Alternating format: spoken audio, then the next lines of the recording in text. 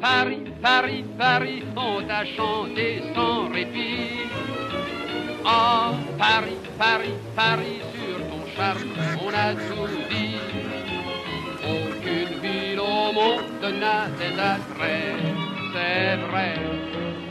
Mais ce n'est pas pour ça que je t'aime ainsi. Le canal Saint-Martin est un des monuments du patrimoine architectural et culturel de la ville de Paris. Avec le canal de l'Ourcq et le canal de Saint-Denis, il constitue le réseau des canaux parisiens, long de 130 km, appartenant à la ville de Paris. Il est inscrit au monument historique depuis le 23 février 1993. Avec ses 4,5 km, le canal Saint-Martin relie le bassin de la Villette, dans le 19e arrondissement de Paris, au port de plaisance de Paris-Arsenal, dans le 4e. Sur son parcours, il traverse entièrement les 10e et 11e arrondissements. La première partie, située dans le 10e arrondissement, est à ciel ouvert. Elle est bordée par les quais de Valmy et de Genappe. La deuxième, dans le 11e arrondissement, est entièrement couverte par la mystérieuse voûte de la Bastille, longue de 1850 mètres.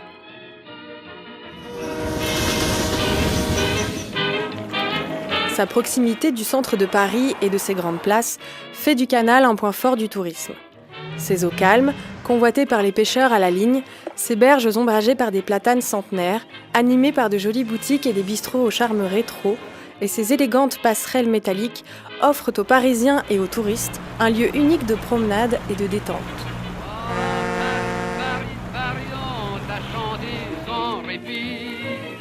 Pour descendre les 24 mètres de dénivelé qui séparent le bassin de la Villette de la Seine, le canal Saint-Martin dispose de 9 écluses et plusieurs ponts, dont 2 sont tournants, le pont Dieu et le pont Grand-Jobel. L'écluse des Récollets et la passerelle qui la survole font face à l'Hôtel du Nord et au célèbre décor du film Hôtel du Nord de Marcel Carné, sorti en 1938. Les touristes de passage dans le quartier s'arrêtent sur la passerelle pour admirer la fameuse écluse sur laquelle Arletty lança sa célèbre réplique à Louis Jouvet.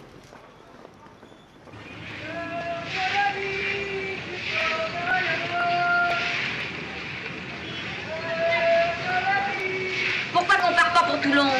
Tu t'incrustes, ça finira par faire du vilain. Et après? Oh, t'as pas toujours été aussi fatalitaire. Fataliste. Si tu veux le résultat elle-même. Allons à l'étranger, aux colonies. Avec quoi? Cette idée. Alors ça sera partout pareil. J'ai besoin de changer l'atmosphère. Et moi, l'atmosphère, c'est toi. C'est la première fois qu'on me traite d'atmosphère. Si je suis une atmosphère, t'es un drôle de bled. Oh là là, deux types qui sont du milieu sans en être et qui crânent à cause de ce qu'ils ont été, on devrait les vider. Atmosphère, est-ce que j'ai une gueule d'atmosphère? Puisque c'est ça, vas-y tout seul à la Varenne. Bonne pêche et bonne atmosphère. L'Hôtel du Nord doit sa survie à ce film. Il est désormais inscrit au monument historique et définitivement sauvé de la destruction.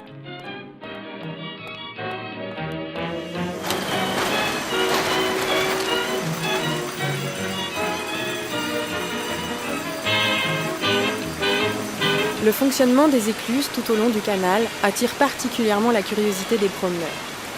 À chaque passage de bateau, des dizaines de touristes s'arrêtent sur les berges du canal ou sur les passerelles qui le survolent, appareils photo ou caméra à la main, pour admirer les mouvements des écluses, des ponts et la progression des bateaux.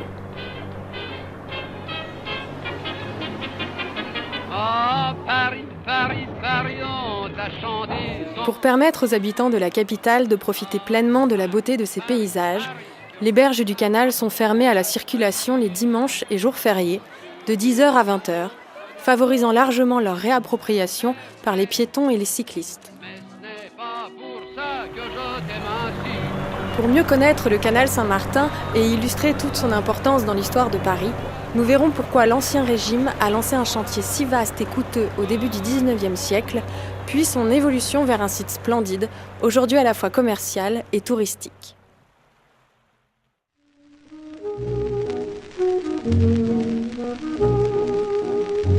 L'idée de doter la capitale d'un canal remonte à l'époque de Louis XVI. Durant le XVIe et le XVIIe siècle, la population parisienne était victime d'épidémies, dont la peste et le choléra, dues à la pollution des eaux de la Seine. Pour parer à la pénurie d'eau potable et limiter les risques de contagion des maladies, l'idée d'un vaste chantier permettant d'acheminer l'eau potable vers Paris fut lancée. Mais le projet fut vite abandonné. Napoléon Bonaparte, alors premier consul, relança le projet en 1802. Cette création faisait partie d'un vaste chantier surnommé les Canaux de Paris, long de 130 km et qui englobait le canal de l'Ourcq, le canal de Saint-Denis et le canal Saint-Martin. La construction de ce réseau de canaux est retardée par la situation de la France entre 1809 et 1815, particulièrement à cause du manque de financement. Grâce à l'intervention des capitaux privés, le nouveau canal voit le jour. Il est inauguré le 4 novembre 1825. Il relie le bassin de la Villette à la Seine. Lors de la rénovation de la ville de Paris, voulant créer le boulevard Voltaire, le préfet Haussmann s'est retrouvé bloqué par la présence du canal, qui aurait nécessité un pont mobile au croisement des deux ouvrages. En abaissant le niveau du canal d'environ 5 mètres dans la partie du 11e arrondissement, Haussmann résolut le problème en installant un pont fixe pour le franchissement du nouveau boulevard. En 1862, il compléta l'opération par la couverture du canal au moyen d'une voûte entre la Bastille et l'avenue de la République. La voûte est prolongée jusqu'à la rue du Faubourg du Temple en 1906, couvrant entièrement le canal dans sa partie qui traverse le 11e arrondissement. La surface de la partie couverte offre aux riverains une coulée verte d'environ 2 km, le long de laquelle jardins et espaces de jeux accueillent quotidiennement les Parisiens et les touristes. Elle dispose également de 2 grands espaces destinés aux marchés, dont celui de la Bastille et celui de Popincourt. Les 2 marchés se tiennent sur le boulevard Richard-Lenoir. Lors de la grande épidémie de choléra qui a frappé la capitale en 1832, les Parisiens ont constaté toute l'importance et l'efficacité du canal. En effet, et durant cette épreuve, les responsables se sont rendus compte que les personnes qui utilisaient l'eau du canal Saint-Martin étaient moins touchées par l'épidémie que ceux qui utilisaient l'eau de la Seine, dans laquelle se déversaient les eaux usagées de la capitale et surtout les déchets de l'Hôtel-Dieu, situé sur l'île de la Cité, où étaient soignés les malades du choléra.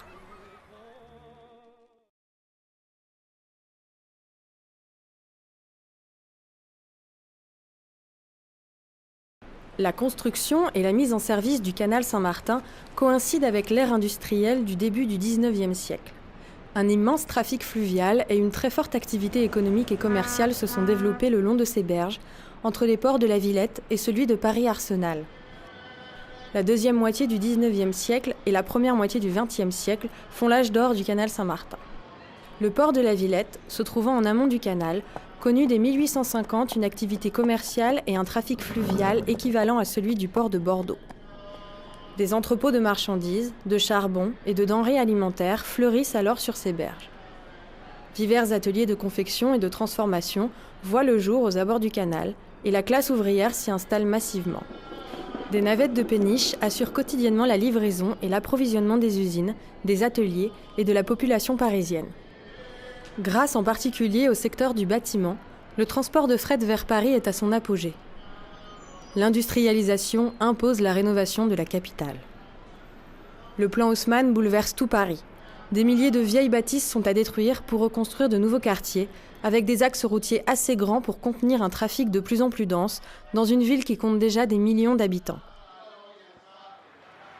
Mais le développement et la concurrence du transport routier et ferroviaire à partir de 1960 mettent à mal le transport fluvial, causant la chute du trafic sur tout le réseau des canaux de Paris. Le canal Saint-Martin en fait partie.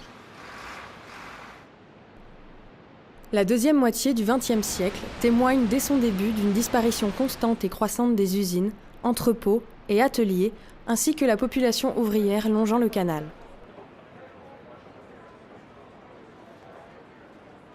Les rares édifices rescapés de cet âge d'or ont connu au fil du temps de profondes transformations au niveau architectural. Ce fut le cas pour les grands entrepôts de céréales et de vin, se trouvant en haut du bassin de la Villette, qui abrite de nos jours une résidence universitaire, et le grand hangar du quai de la Loire, devenu un complexe cinématographique MK2. Le canal a failli disparaître au début des années 70, lorsque le Conseil de Paris voulut adopter un projet d'autoroute urbaine à 4 voies qui devait emprunter son tracé.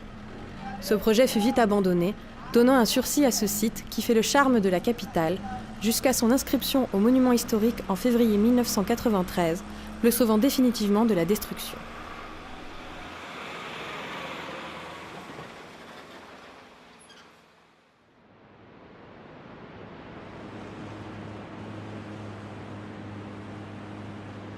l'abandon de l'activité économique sur cette voie fluviale de la capitale coïncide avec le début de l'ère de l'écologie et de la protection de l'environnement. Désormais, le tourisme vert remplace le transport de fret. Deux importantes sociétés de bateaux de croisière se partagent le trafic sur le canal Saint-Martin, Paris Canal et Canorama. Le bassin de la Villette, ancien port commercial, situé en amont du canal, est aujourd'hui le port d'attache et l'embarcadère des bateaux de croisière. Entouré par le parc de la Villette et sa géode, par les cités de la musique, des sciences et de l'industrie, de la place de Stalingrad et d'un complexe cinématographique MK2, il est une destination touristique très prisée dans la capitale. Quel que soit le sens de leur progression, en descendant ou en remontant le canal, les bateaux doivent franchir plusieurs obstacles, dont les écluses et les ponts tournants. La multiplication de ces obstacles rallonge la durée de la croisière. Ainsi, et pour parcourir les 4,5 km qui séparent le bassin de la Villette de la Seine, la traversée dure en moyenne 2h30. L'écluse des Récollets et celle du Temple attirent quotidiennement touristes et promeneurs, émerveillés par le fonctionnement des écluses et les ponts. Entre les deux, les bateaux longent une étonnante allée aquatique, bordée de platanes et marronniers centenaires et auréolée de passerelles romantiques style Eiffel.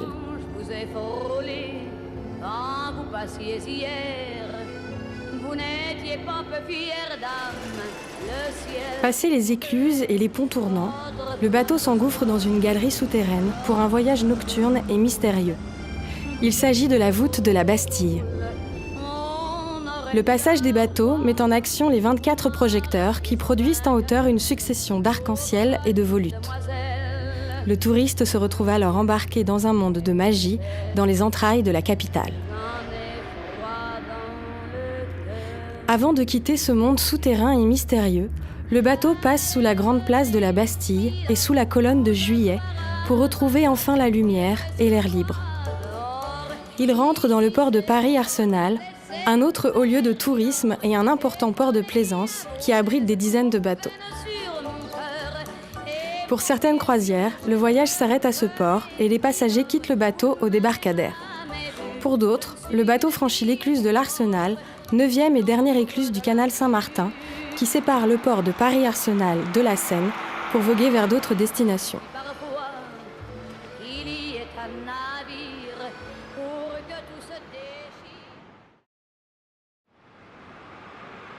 En revisitant son histoire, il est évident de constater que le canal Saint-Martin est depuis sa construction témoin dans sa structure d'une évolution continue. Néanmoins, il est caractéristique de la première moitié du XIXe siècle dans sa conception générale et de la deuxième moitié du même siècle par d'autres ouvrages marquants tels que les passerelles métalliques et la mystérieuse voûte de la Bastille. Ce monument, témoin de l'histoire de Paris, a réussi une véritable mutation en passant d'une ère exclusivement économique et commerciale pour devenir un haut lieu touristique et écologique. Plus que jamais, il continue à faire le charme de la capitale et à émerveiller Parisiens et touristes.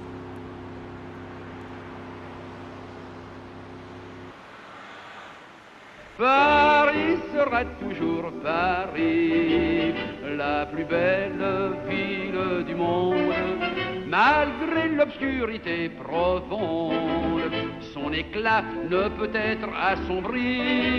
Paris sera toujours Paris, plus on réduit son éclairage, plus on voit briller son courage, sa bonne humeur et son esprit. Paris sera toujours Paris. Pour qu'à ce bruit chacun s'entraîne, on peut la nuit jouer de la sirène, nous contraindre à faire le zouave en pyjama dans notre cave. On aura beau par des ukases nous couper le veau et même le jazz, nous imposer le masque à gaz, les mots croisés à 4 cases, nous obliger dans nos demeures à nous coucher tous à 9, 10, 11 heures. Paris sera toujours Paris, la plus belle.